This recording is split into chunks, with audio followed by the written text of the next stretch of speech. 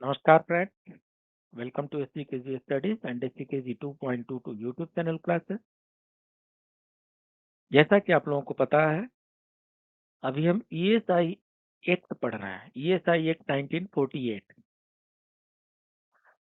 ये 2024 तक एमेंडेड है। ये ESI act 1948 amended till August 2024, तो it is the latest addition.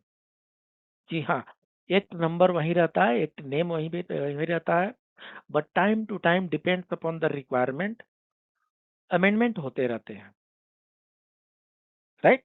तो जब हम ईएसआई एक्ट पढ़ रहे हैं तो इसके साथ साथ ईएसआई रूल्स भी पढ़ रहे हैं, ईएसआई रेगुलेशन भी पढ़ रहे हैं।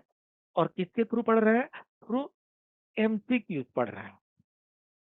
प्रीवियस ईयर का हमने एक क्वेश्चन पेपर लिया है और उसके एमसीक्यू को सॉल्व करते हुए हम ईएसआई एक्ट अंडरस्टैंड कर रहे हैं।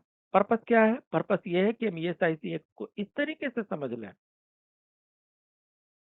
इस तरीके से समझ लें, चाहे वो क्वेश्चन के द्वारा ही क्यों ना हो, इस तरीके से समझ लें सो दैट उस चैप्टर से कोई भी क्वेश्चन आए, we should be able to reply it, you should be able to answer it, right.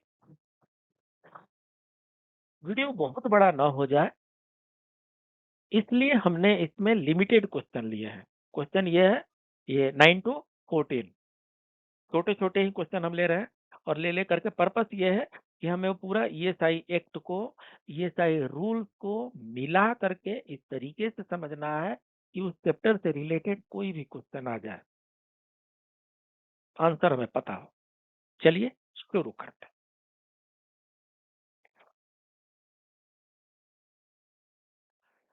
तो क्वेश्चन नंबर 8 तक हम इससे पहले वाले सेशन में डिस्कस कर चुके हैं। Here we are discussing question number 9। इधर English, here this left side is English part and right side में, दाहिने साइड में हिंदी में है। तो आप हिंदी इंग्लिश दोनों समझते रहिए। दोनों हम बारी बारी से कराएंगे तो बहुत ज्यादा टाइम लग जाएगा, इतना तो आपको समझ में आ जाएगा, right. It is the duty of the medical benefit council to advise the dot dot dot in regard to the constitution of the regional and local medical benefit council. देखिए, प्रश्न ये है कि रीजनल और मेडिकल बेनिफिट काउंसिल के constitution के लिए medical benefit council इनमें से किनको एडवाइस करती है?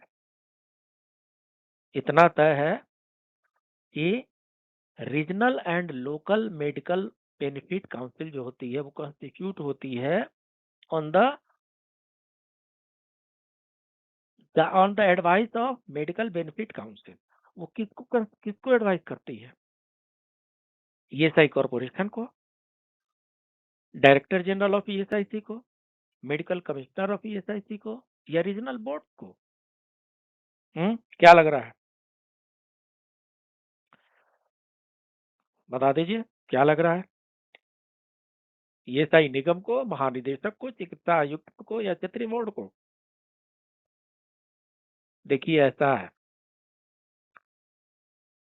ईएसआईसी में एडमिनिस्ट्रेशन जो है वो 3 बोर्ड के हाथ में दिया है, 3 बॉडी के हाथ में एडमिनिस्ट्रेशन दिया गया है। कॉरपोरेशन, जिसको ईएसआईसी कहते हैं, कॉरपोरेशन हो गया जो अपेक्स बॉडी है, standing council and medical benefit council, right. तो एक बॉडी तो मेडिकल बेनिफिट काउंसिल यहाँ पर दिया हुआ है, बाकी 2 बॉडी बॉडी क्या क्या हो गए? या तो स्टैंडिंग काउंसिल होगा, नहीं तो कॉरपोरेशन होगा। यहाँ पर ये सब बॉडीज नहीं है, ये अपॉइंटमेंट है, बॉडी सिर्फ एक ही है, कॉरपोरेशन है। तो ए is the correct answer.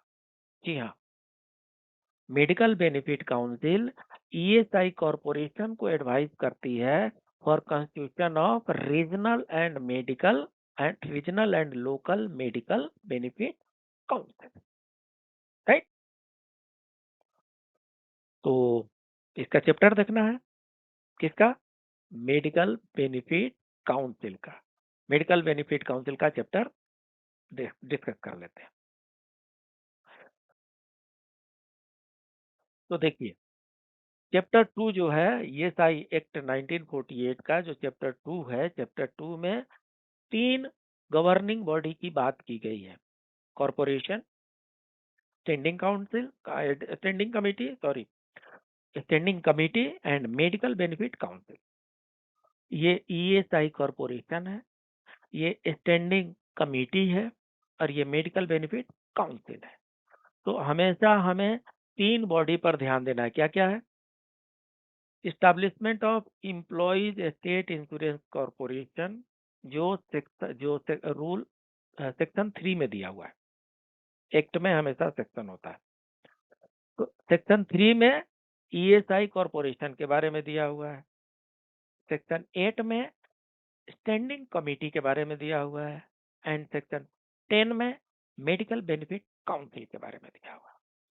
I repeat, section 3 में कॉरपोरेशन के बारे में दिया हुआ है, सेक्शन 8 में स्टैंडिंग कमेटी के बारे में दिया हुआ है, सेक्शन 10 में मेडिकल बेनिफिट काउंसिल के बारे में दिया हुआ है। यही 3 गवर्निंग बॉडी हैं ईएसआई के। ईएसआई के 3 गवर्निंग बॉडी है, corporation, standing committee and medical benefit council, right. तो अब हम इसमें देख लेते हैं मेडिकल बेनिफिट काउंसिल के बारे में। ठीक है, हमें मेडिकल बेनिफिट काउंसिल पढ़ना है तो हमें क्या करना है? हमें सेक्शन 10 देखना है। This is section 10, medical benefit council. The central government shell constitute a medical benefit council. देख लीजिए क्या वर्डिंग है, सेंट्रल गवर्नमेंट है। एमसीक्यू क्वेश्चन है, इंपॉर्टेंट क्वेश्चन है। Who can constitute medical benefit council? Central government, only and only central government. So central government shall constitute medical benefit council consisting of director general of ESIC. तो DG जो होंगे वो ex officio chairman होंगे, तो MBC के chairman DG हो गए। Director general health services, he is ex officio co chairman. Medical commissioner of corporation, he is ex officio member. तो 3 लोग तो जो है ये ऑफिसर्स हो गए। एक डीजी हो गए जो आईएएस रैंक के होते हैं, ये डायरेक्टर जनरल हेल्थ सर्विसेज हो गए डीजीएचएस, और medical commissioner of the corporation हो गए। ठीक है, ये 3 ही होते हैं क्या? नहीं नहीं, ये काउंसिल है। तो काउंसिल में नंबर ऑफ मेंबर अधिक होते हैं। बस ध्यान ये रखना है कि इसके चेयरमैन डीजी हो, राइट। तो ए बी सी हमने देखा। ये नंबरिंग मैं ऐसा इसलिए कर रहा हूं क्योंकि आगे जब हम टर्म ऑफ ऑफिस की बात करेंगे तो ये हमें ध्यान में रखना है, राइट। आइए देख, 1 member each representing each of the state. तो हर स्टेट के एक मेंबर होंगे other than union territory. Union territory का इसमें रिप्रेजेंटेशन नहीं है। 3 members representing employers appointed by central government, 3 members representing employees appointed by central government, 3 members out of whom not less than one shall be women representing medical council। तो हमने इससे पहले ए B सी देखा, director general of ESIC, director general of health services, medical commissioner. ये 3 जो हो गए ये एक्स ऑफिसियो हैं। ये जो उस चेयर को धारण करेंगे उनको बाय डिफॉल्ट इसके मेंबरशिप मिल जाएगी। ठीक है, उसके बाद से नॉमिनेटेड वाले सर सारे स्टेट के एक एक रिप्रेजेंटेटिव हो जाएंगे। 3 रिप्रेजेंटेटिव एम्प्लॉयर के, 3 रिप्रेजेंटेटिव एम्प्लॉय के एंड 3 मेडिकल प्रोफेशन के रिप्रेजेंटेटिव होंगे, जिनमें से कम एक वीमेन होंगी। तीनों भी वीमेन हो सकती हैं, इसमें ऐसा नहीं लिखा है कि कम से कम एक मेन होगा, मिनिमम एक वीमेन होंगी। तो ये मेडिकल बेनिफिट काउंसिल हुआ, राइट।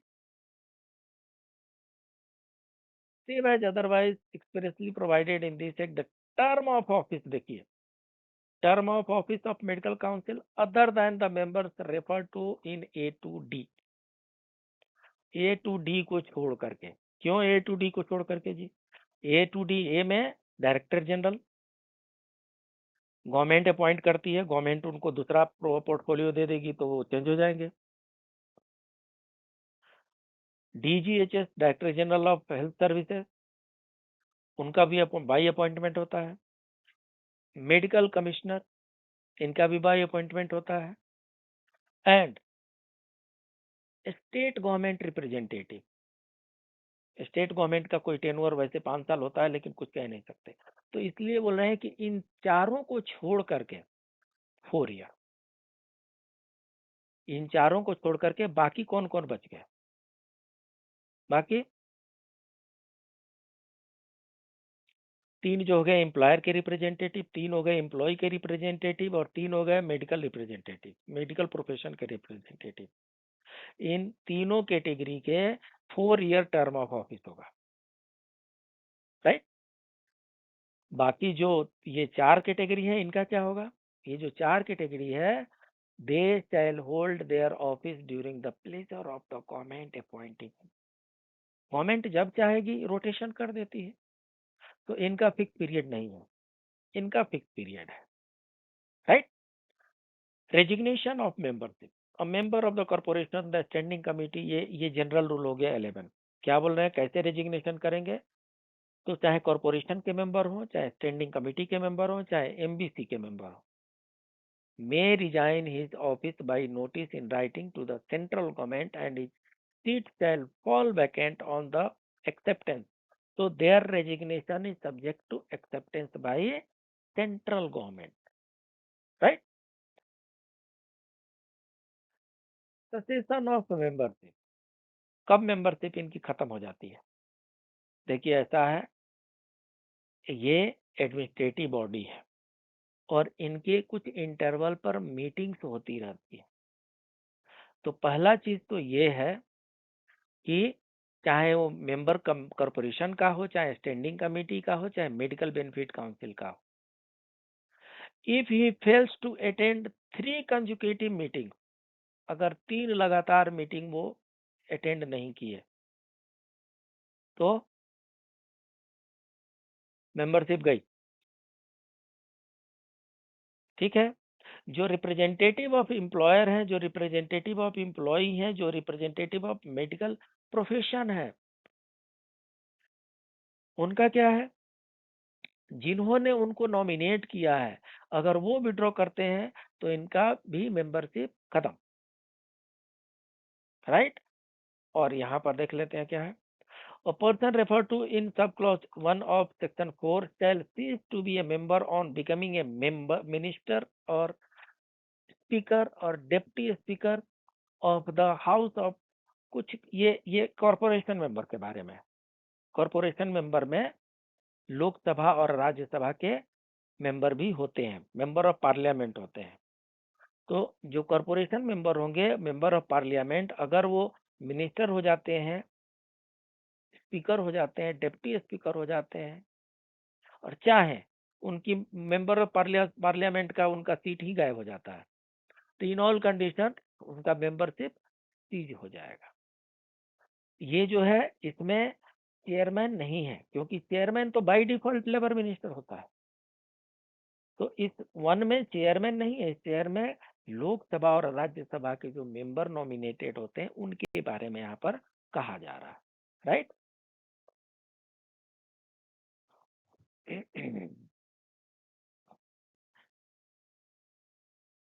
अब देखिए duties of medical benefit council, rule 20 section 22, the benefit council shall advise the corporation. यही तो अपना क्वेश्चन था, उसी क्वेश्चन के आंसर ढूंढने में हमें इतना डेट देखना पड़ा, राइट।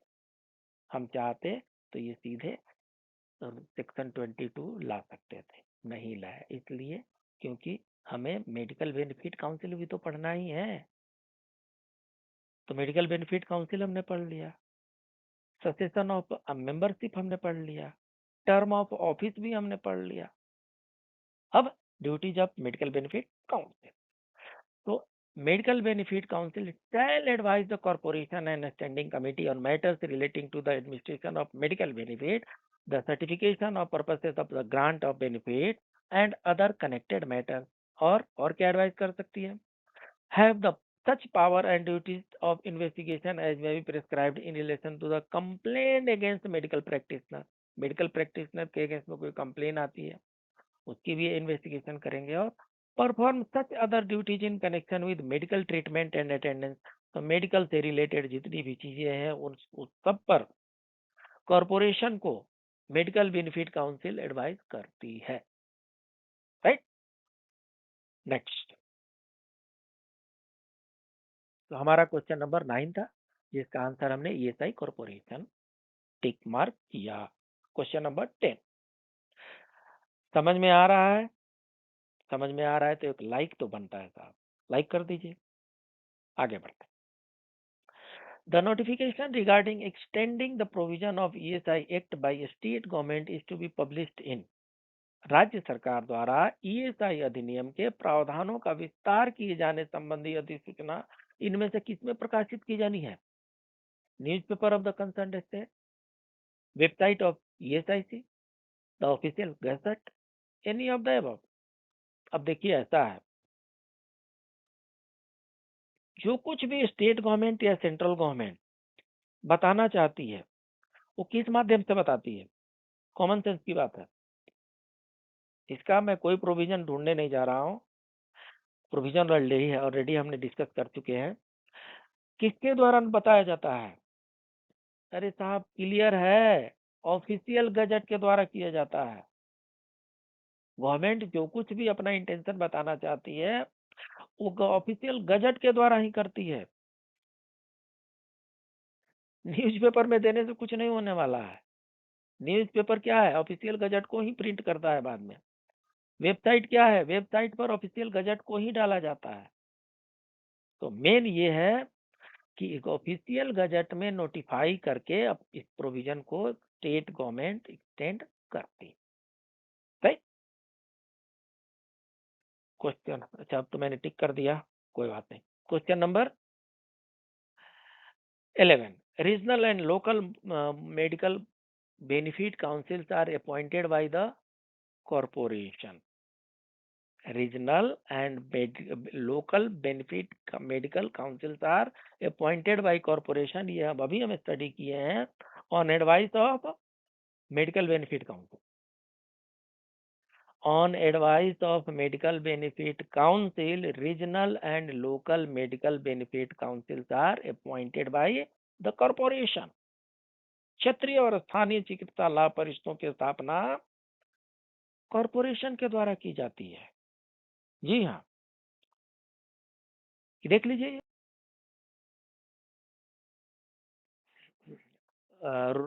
ये सेक्शन 25 में लिखा है, regional board, local committee, regional and local benefit council, the corporation में appoint regional board, local committee and regional and local medical benefit council in such area and in such manner and delegate to them such powers and functions as may be provided by the regulation।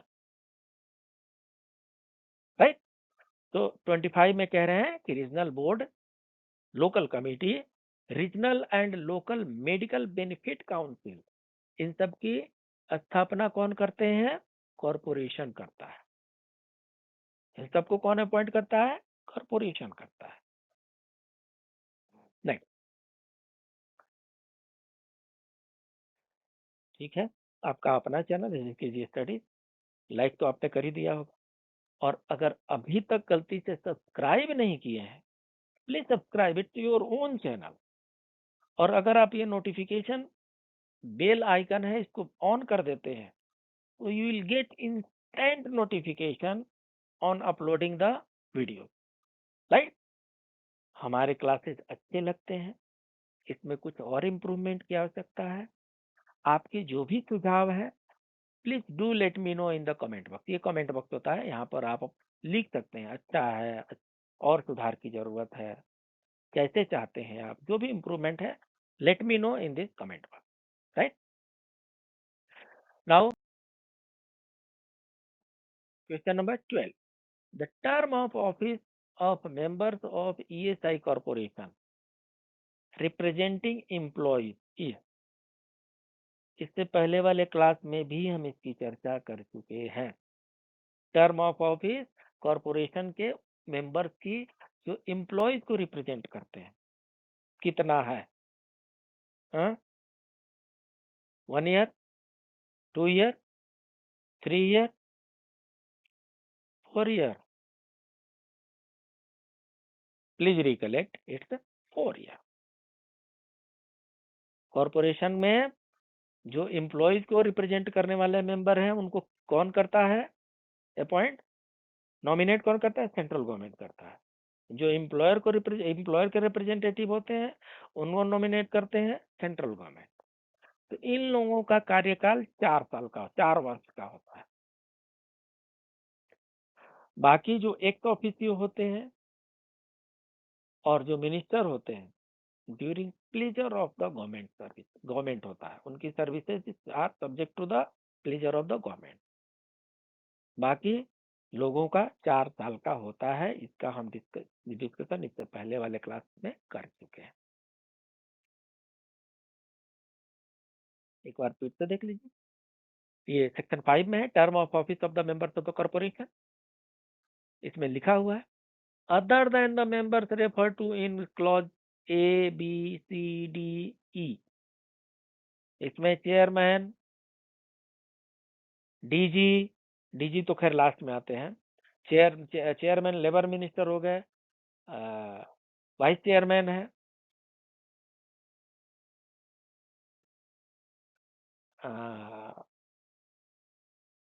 Lok Sabha Rajya Sabha के members इसमें है। इन सबका क्या है? There shall be 4 year. Other than है, sorry ये other than है क्योंकि इन पर गवर्नमेंट का प्लीजर के अनुसार होता है। बाकी लोगों का क्या है? 4 ईयर है। और जो जो ये लोग हैं इनका यहाँ पर क्लियर लिखा है during the pleasure of the government appointing them. जब तक सरकार चाहे, जब तक सरकार प्रसन्न है, सरकार उनकी ड्यूटी से खुश है, तब तक ये लोग अपने उस पद पर बने रह सकते हैं। बाकी जो अदर देन ABCDE है, इन लोगों का 4 ईयर का टर्म ऑफ ऑफिस होता है। रीअपॉइंटमेंट हो सकता है, ये रूल 6 में लिखा हुआ है। और कॉरपोरेशन के जो भी ऑर्डर्स हैं वो डीजी के साइन से ऑथेंटिकेट होता है। ये रूल 7 में हमें स्टडी कर चुके हैं, right. Question number 13, enhanced sickness benefit is provided in cases of. देखिए ऐसा है, सिकनेस बेनिफिट आपने सुना होगा, एक्सटेंडेड सिकनेस बेनिफिट भी आपने सुना होगा। इनहेंस्ड सिकनेस बेनिफिट कम यूज में आता है और उसी को इसने क्वेश्चन बनाया। सो एक्सटेंडेड सिकनेस बेनिफिट ESB अलग होता है, वो सिकनेस बेनिफिट का ही एक्सटेंशन है, इसलिए वो एक्सटेंडेड सिकनेस बेनिफिट कहलाता है। ये इनहेंस्ड सिकनेस बेनिफिट है, it is something different from sickness benefit. Enhanced sickness benefit is provided in cases of. तो इनमें से किसी एक के चलते, किसी एक के प्रभाव के कारण, किसी एक स्थिति में इनहेंस सिकनेस बेनिफिट प्रोवाइड किया जाता है। टीबी हो जाता है, लेप्रोसी हो जाता है तब, या मेंटल एंड मेलाइनमेंट डिजीज होता है, मेलाइन डिजीज होता है तब, या स्टरलाइजेशन ऑपरेशन क्या होता है, all of them. And you know it is related to sterilisation operation. Sterilisation operation नसबंदी कहा जाता था पहले। पुरुषों में अलग तरह से होता है एंड नारियों में अलग तरीके से होता है। पुरुषों का जो स्टरलाइजेशन ऑपरेशन किया जाता है उसको वेसेक्टोमी कहते हैं, एंड जो लेडीज का होता है उसको ट्यूबोक्टोमी कहते हैं।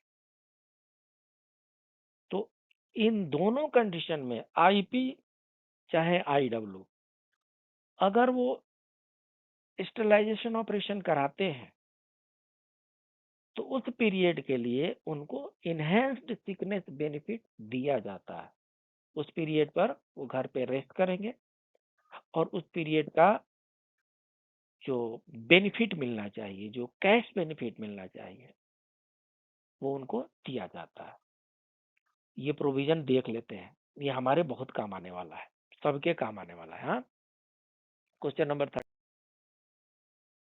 का प्रोविजन है, the employ state insurance corporation pays enhanced sickness benefit to insured person who undergo sterilisation operation for family planning. परिवार नियोजन के लिए जो भी स्टेरिलाइजेशन ऑपरेशन कराया जाता है, उसके लिए इनहेंस्ड सिकनेस बेनिफिट दिया जाता है इंश्योर्ड पर्सन को। ड्यूरेशन क्या है? ESP is paid for up to 7 days for vasectomy. देखिए ये अप टू लिखा है जी, फॉर 7 days नहीं लिखा है, अप टू लिखा है। तो डॉक्टर साहब अगर 7 days लिख के देते हैं तो 7 days का मिलेगा, अगर 5 days लिख के देते हैं 5 days का मिलेगा, अगर 3 days लिख कर देते हैं 3 days का मिलेगा। मैक्सिमम 7 days मिलेगा in case of vasectomy. Vasectomy for male and up to 14 days for tubectomy. Tubectomy for ladies. तो पुरुष नसबंदी में 7 दिन तक इनहेंस्ड सिकनेस बेनिफिट मिल सकता है। एंड जो ट्यूबेक्टोमी है, IW का जो होगा ट्यूबेक्टोमी, अप टू 14 days तक उनको इनहेंस्ड सिकनेस बेनिफिट दिया जा सकता है। अमाउंट कितना है ये? It is 100% of the average daily wages. Sickness benefit में 100% नहीं होता। सिकनेस बेनिफिट में कितना बेनिफिट मिलता है, कितना परसेंट? कमेंट बॉक्स में please do write in the comment box. Let me check who all are cautiously and with alert mind going through the classes। तो सिकनेस बेनिफिट में कितना परसेंट मिलता है? ESP में तो 100% मिलता है, राइट। एलिजिबिलिटी क्या है साहब? To be eligible for sickness benefit an insured person must contribute for 78 days in a contribution period of 6 months। एक कंट्रीब्यूशन पीरियड 6 month का होता है, दूसरा कंट्रीब्यूशन पीरियड 6 month का होता है, मतलब 1 year में 2 कंट्रीब्यूशन पीरियड है, और इसके कोरस्पॉन्डिंग बेनिफिट पीरियड होते हैं। ठीक है, तो कॉरेस्पॉन्डिंग बेनिफिट पीरियड में इनको चेक करना है कि ये कॉरेस्पॉन्डिंग कंट्रीब्यूशन पीरियड में इन्होंने 78 डेज तक कंट्रीब्यूशन किया, दिया है कि नहीं, वर्क किया है कि नहीं।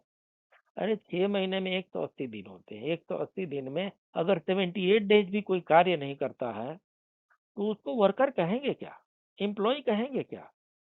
टाइम पास करने के लिए आते हैं, इस तरीके से काम होता है।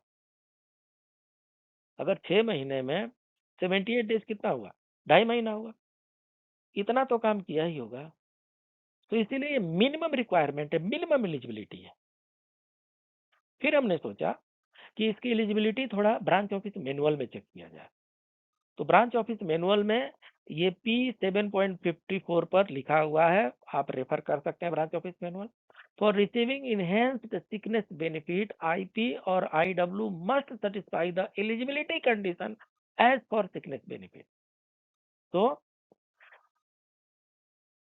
इनहेंस्ड सिकनेस बेनिफिट का लाभ उठाने के लिए आपके लिए वही कंडीशन है जो सिकनेस बेनिफिट के लाभ उठाने के लिए होता है। और वो क्या कंडीशन है? 78 days contribution period in the 6 month। 78 days per contribution in the period of 6 months, that means one contribution period, right। आगे बढ़ते हैं। हाँ, आपका दूसरा चैनल है जीके जी 2.22, इसको भी लाइक करें, सब्सक्राइब करें, अपने दोस्तों के बीच में शेयर करें।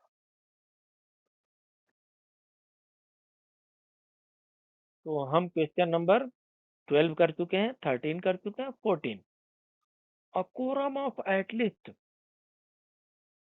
5, 7, 15, 18 members should be present in the meeting of standing committee to transact any business। देखिए जी, ऐसा है, for administration of ESI 3 body हमारे पास है, कॉरपोरेशन है, स्टैंडिंग कमेटी है, मेडिकल बेनिफिट काउंसिल है। इन तीनों के अलग अलग मीटिंग होते हैं, और मीटिंग होती है तो उसमें मिनिमम प्रेजेंस फिक्स करना है, उसको कोरम कहते हैं। अगर मिनिमम लोग भी मिनिमम मेंबर भी प्रेजेंट नहीं है तो मीटिंग का पर्पस डिफीट हो जाता है। इसलिए गण पूर्ति आवश्यक है, कोरम मेंटेन करना है। उतने से कम लोग अगर होते हैं तो नॉर्मली उसको पोस्टपोन कर दिया जाता है। ईएसआई में भी वैसे ही एक फिक्स्ड नंबर है, उस नंबर से कम अगर मेंबर रहते हैं, चाहे वो कॉरपोरेशन की मीटिंग हो, चाहे कमेटी का हो, चाहे काउंसिल का हो, अगर कोरम पूरा हो रहा है तो मीटिंग होगी, कोरम पूरा नहीं हो रहा है, meeting will be postponed for 1 week. Condition ये भी है कि नेक्स्ट वीक में मीटिंग होगी, और अगर उसमें कोरम पूरा नहीं हुआ तो ऐसा भी तो हो सकता है कि कोरम पूरा नहीं हुआ, नेक्स्ट वीक में हमने मीटिंग को पोस्टपोन कर दिया, नेक्स्ट वीक में भी कोरम पूरा नहीं हो रहा है, फिर क्या करेंगे? फिर मीटिंग करेंगे, फिर पोस्टपोन नहीं करेंगे, चाहे कितने भी लोग आए हों, चाहे कोरम पूरा हुआ हो चाहे ना हुआ, irrespective of the number of person in the quorum. एक बार फर्स्ट मीटिंग के लिए चांस देंगे, फर्स्ट मीटिंग के लिए पोस्टपोन करेंगे, और मेंबर्स को प्रेजेंट रहने के लिए एक बार फिर से रिक्वेस्ट भेजा जाएगा। सेकेंड बार भी अगर लोग नहीं आते ना, बिना कोरम का ही मीटिंग होगा, डिसीजन लिए जाएंगे। ऐसा ईएसआई एक्ट में मेंशन है। प्रश्न यहाँ पर यह है कि स्टैंडिंग कमेटी को ट्रांजेक्ट करने के लिए मिनिमम कोरम कितना है? स्टैंडिंग कमेटी के लिए 5, 7, 15 या 18? हाँ, हाईएस्ट देखिए मैं बता देता हूँ, 15 तो है नहीं, हाईएस्ट तो 15, 18 तो है नहीं, सॉरी 18 तो है नहीं, हाईएस्ट जो है 15 है, हाईएस्ट 15 है, वो कॉरपोरेशन का है। यहाँ पर हम स्टैंडिंग कमेटी की बात कर रहे हैं। हाईएस्ट 15 जो है वो कॉरपोरेशन का है। मेडिकल बेनिफिट काउंसिल का कोरम जो होता है 7 से पूरा होता है, और स्टैंडिंग कमेटी का 5 से पूरा होता है। याद कर लीजिए, यहीं पे याद कर लीजिए, standing committee 5, medical benefit council 7, corporation 15। ये आपका कोरम हुआ, गणपूर्ति हुआ। प्रोविजन कहाँ है? आइए देख लेते हैं। प्रोविजन ईएसआई एक्ट में नहीं है। प्रोविजन देखने के लिए आपको ईएसआई रूल्स 1950 में जाना पड़ेगा। ईएसआई रूल्स 1950 में ये रूल नंबर 10 है जो कोरम के बारे में बातें करते हैं। क्या बोल रहे हैं? No business shall be transacted at any meeting unless a quorum of 15 members in case of corporation. देखिए, कॉर्पोरेशन मीटिंग में 15 मेंबर चाहिए, 5 members in case of standing committee, standing committee के लिए 5 मेंबर चाहिए, 7 members in case of medical benefit council. याद कर लीजिए, 15, 5, 7 ऐसा भी कर सकते हैं। कॉर्पोरेशन के लिए मिनिमम 15% चाहिए, स्टैंडिंग कमेटी के लिए मिनिमम 5% चाहिए, एंड मेडिकल बेनिफिट काउंसिल के लिए मिनिमम 7% चाहिए to transact the business of the meeting. Fix है ये। Provided that at any meeting there is not a sufficient member, अगर सफिशिएंट मेंबर नहीं आ रहे हैं, कोरम पूरा नहीं हो रहा है, that meeting may be adjourn to a date not later than 7 days। 7 दिन के भीतर दूसरी मीटिंग का डेट फिक्स किया जाएगा एडजर्न करके। ठीक है, और उसके बाद भी अगर नहीं आते हैं तो irrespective of the number of the members attending, meeting will be carried out. Transaction को वैलिड लीगल माना जाएगा, इलीगल नहीं माना जाएगा। राइट? तो हमने रूल 10 में कोरम देखा, जो ईएसआई रूल 1950 में मेंशन है। उसमें हमने क्या देखा? कॉरपोरेशन के लिए कोरम जो है 15% का है, स्टैंडिंग कमेटी के लिए कोरम जो है 5% का है, बेनिफिट मेडिकल बेनिफिट काउंसिल का जो है 7 मेंबर्स का है। अगर ये कोरम पूरा नहीं होता है तो मीटिंग को पोस्टपोन्ड कर देंगे, एडजर्न कर देंगे। नेक्स्ट डेट क्या देंगे, not later than 7 days, 7 days के भीतर दूसरा डेट दिया जाएगा।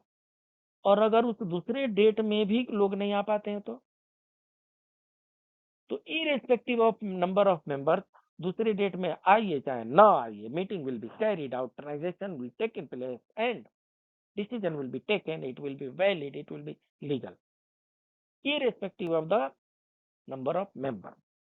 बस ये कंडीशन जो है ये सिर्फ पहले वाले के लिए है, पहले वाले में आपको इसका ध्यान रखना है, राइट।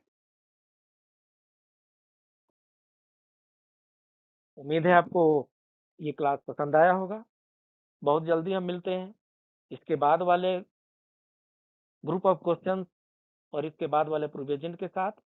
तब तक आप सबको नमस्कार, मिलते हैं अगले क्लास में। तब तक के लिए please keep on enjoying CKG studies and CKG 2.22 YouTube channel classes. नमस्कार।